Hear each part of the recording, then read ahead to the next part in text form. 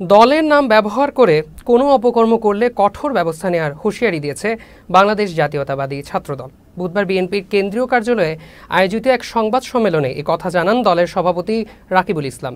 আর secretary Nasir Uddin বলেন, শিক্ষার্থীদের অধিকার আদায়ে ছাত্র রাজনীতির বিকল্প নেই। এ সময় আন্দোলনে নিহত নেতাকর্মীদের নাম পরিচয় প্রকাশ করে দলটি। বিস্তারিত শেখ সুলাইমান কবিরের প্রতিবেদনে। ছাত্র জনতার গণ আন্দোলনে সাবেক প্রধানমন্ত্রী শেখ হাসিনার পদত্যাগের পর দেশ জুড়ে শুরু হয় নানান অরাজকতা। বিভিন্ন স্থানে চলে হামলা, লুটপাট, অগ্নিসংযোগ, যার বেশিরভাগ ঘটনাই অভিযোগের তীর বিএনপি ও এর অঙ্গ সংগঠনের নেতাকর্মীদের দিকে।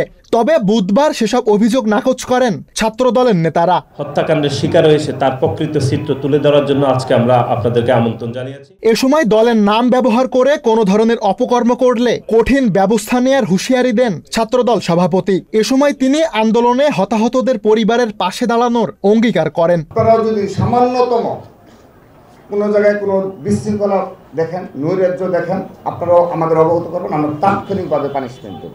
আমরা আপনাদের মাধ্যমে সুস্পষ্টভাবে বলছি, ছাত্রদল 15.5 বছর অত্যাচার নির্যাতন সহ্য করে এই ছাত্রদল টিকে রয়েছে।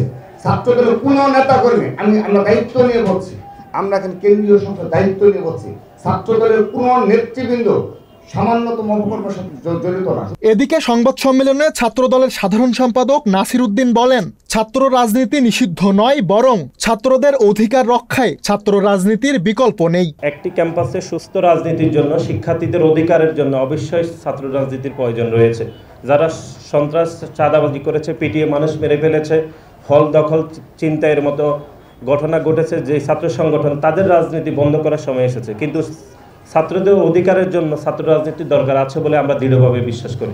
সংবাদ সম্মেলন থেকে গণ আন্দোলনে নিহত 49 জন নেতাকর্মীর নাম পরিচয় প্রকাশ করা হয়। পাশাপাশি দেশব্যাপী 2000-এর বেশি নেতাকর্মী নির্যাতনের শিকার হয়েছেন বলে জানান ছাত্রদল নেতারা। উল্লেখযোগ্য সংখ্যক ছাত্র নেতারা ঢাকা মেডিকেল কলেজের পঙ্গুতে চিকিৎসাধীন রয়েছে। আমরা চেষ্টা করে যাচ্ছি তাদেরকে আর্থিকভাবে পাশে দাঁড়ানোর জন্য। সুলাইমান কবির, চ্যানেল এস, ঢাকা।